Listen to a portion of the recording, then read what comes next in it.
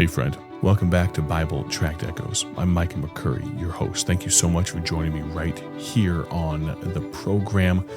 I appreciate so much each and every one of you that take of your time and invest it right here with me.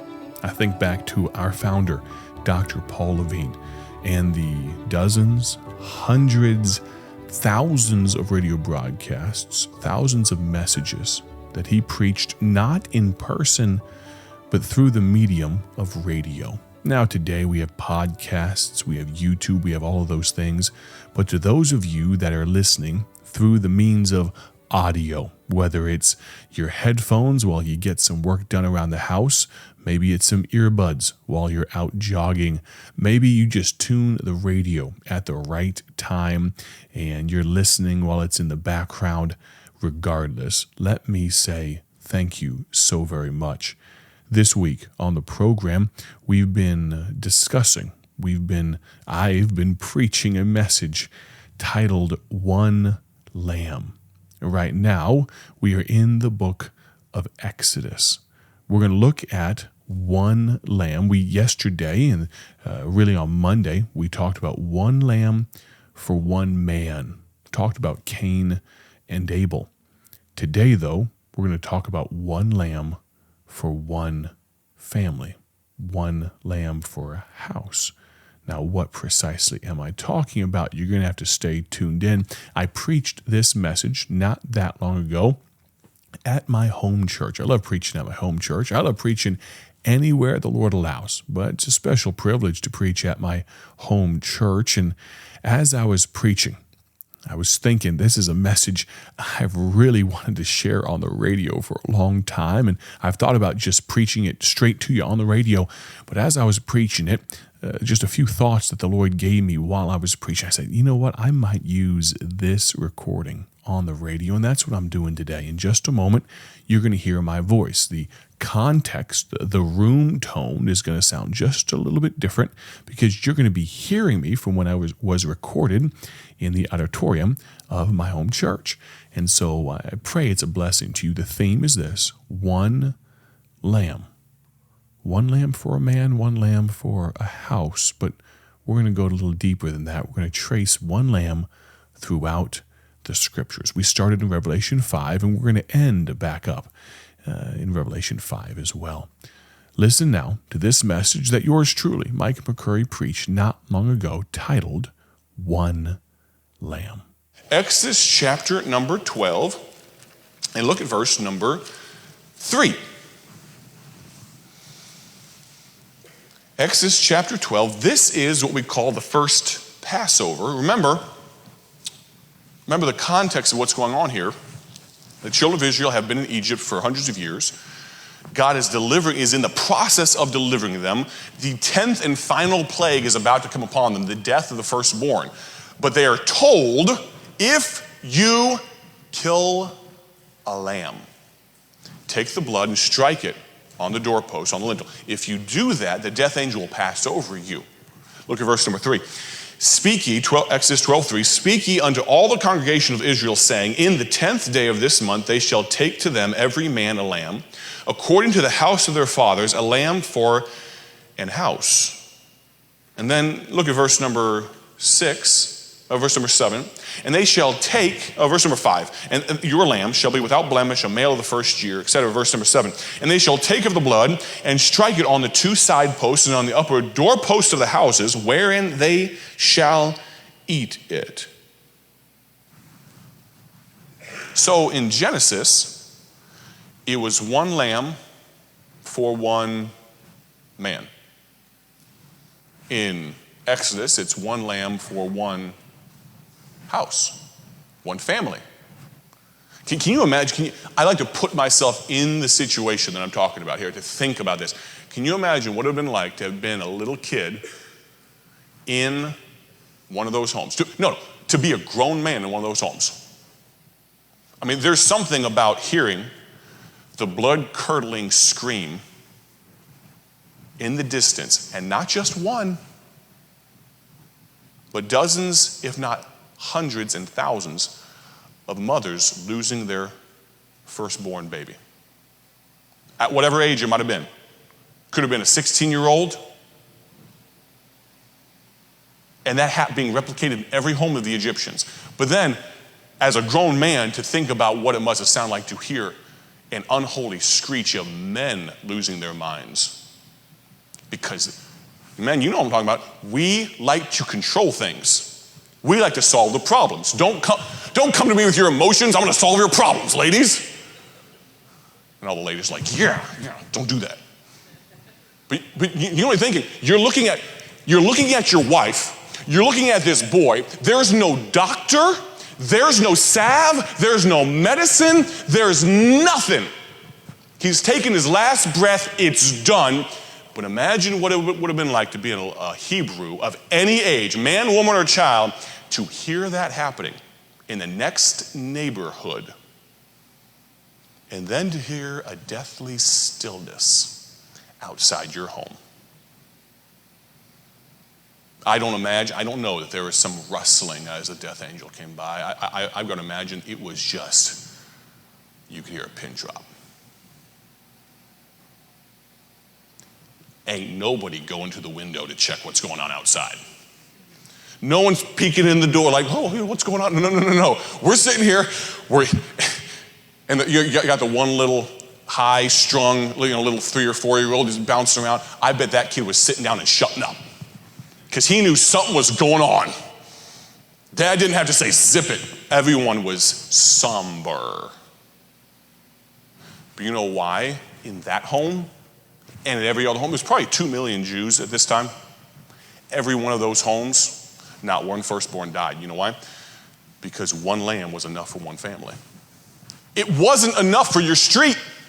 It wasn't enough for your block. It wasn't even enough for your next door neighbor. It was enough for your family. There's so many applications you can make here. Fathers, we need to make sure to do what we need to do for our family. You can't be spiritual enough for someone else's family. But God has put you in a position to be the leader of your home. But here we see one lamb for one man in Genesis. We see one lamb for one family in Exodus. Go to Leviticus, 3rd book of the Bible. We're not going to go through all 66, so calm down, all right? Leviticus chapter 16. Leviticus 16. Look at verse number 34. I'll look at verse number 32, if you would first. 16:32 of Leviticus, 3rd book of the Bible. And the priest, whom he shall anoint and whom he shall consecrate to minister in the priest's office in his father's stead, shall make the atonement and shall put on the linen clothes, even the holy garments. And he shall make an atonement for the holy sanctuary. He shall make an atonement for the tabernacle of congregation, for the altar. And he shall make an atonement for the priests and for all the people of the congregation. And this shall be an everlasting statute unto you, to make an atonement for the children of Israel for all their sins once a year. What are we talking about here? We're talking about an animal that once a year was killed as a sacrifice, as an atonement, not just for the priest, not just for the priest's family, not just for all the Levites, that would be about approximately 1/12 of the children of Israel, but for all the people of the congregation. I want you to think about this for just a moment, how odd this is, okay?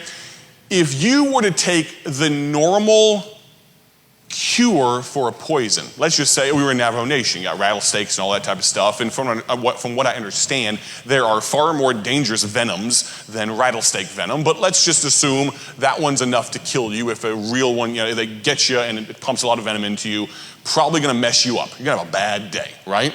And with the cell service in Navajo Nation and how far away the nearest police officer is, and even if they medevac you, you have problems, right? So, if you got bit by a rattlesnake and it really got you, I don't have time to get into all the symptoms and all that type of stuff, and you know you've got to get help. Let's just say medevac helicopter is primed, ready to go. It lifts off, it picks you up. But hold on a moment. In the meanwhile, there was a whole family of rattlesnakes. You and your best friend, you both got bit. You both get picked up. You get taken. You're at the hospital, and they just happen to, you realize there's a bunch of different antivenoms because there's a bunch of different venoms. It's not just a deal where one antivenom works for all the venoms. Well, that's another application point. But let's say you have the exact right venom you need, antivenom you need, I'm sorry, exact right antivenom to cure you. And you're sitting there with your best friend, and they tell you, we've got the exact right antivenom, but we've only got one dose. And you're looking at each other. It reminds me of that old joke about running away from the bears in the woods, you know? And run faster than your best friend, you know, all that type of stuff. But you're sitting there, and you're looking at each other like, and you quote to your friend, a friend loveth at all times, right? Right. And a brother's born for adversity, right? And you're looking at each other, and here's the problem. You might think, oh, hold on. Just take two needles, put half in this one, and give it to both of us. Here's the problem. You need the right dosage. You can't just take half. How many times have you taken antibiotics and what do they tell you? Take them all. Sometimes it's a 7-day thing. Sometimes it's a 10-day thing. But why do they tell you that? Because if you just take 3 days, you start feeling better. I don't need to take these anymore. They give me a headache. I don't like it.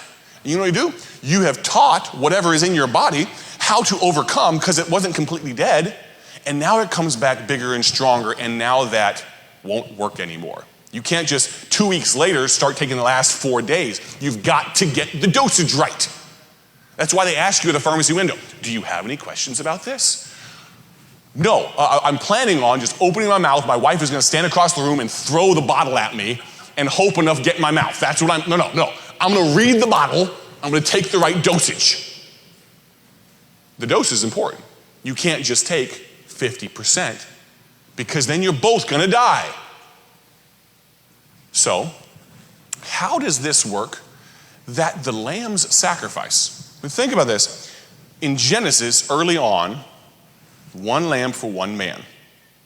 Exodus, moving on, world population grows, one lamb for one family. How does it work that the cure gets more powerful?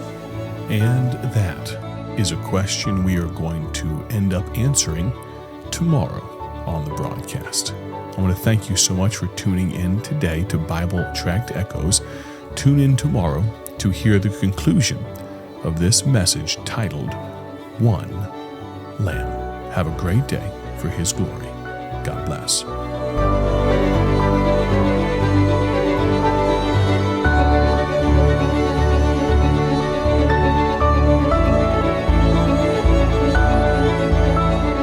Thank you for tuning in to Bible Tract Echoes, the radio ministry of Bible Tracts Incorporated.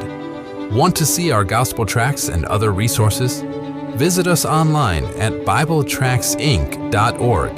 That's BibleTractsInc.org. Or follow us on social media to learn how you can partner with this ministry. Thanks again for listening. May the Lord richly bless you as you live for Him.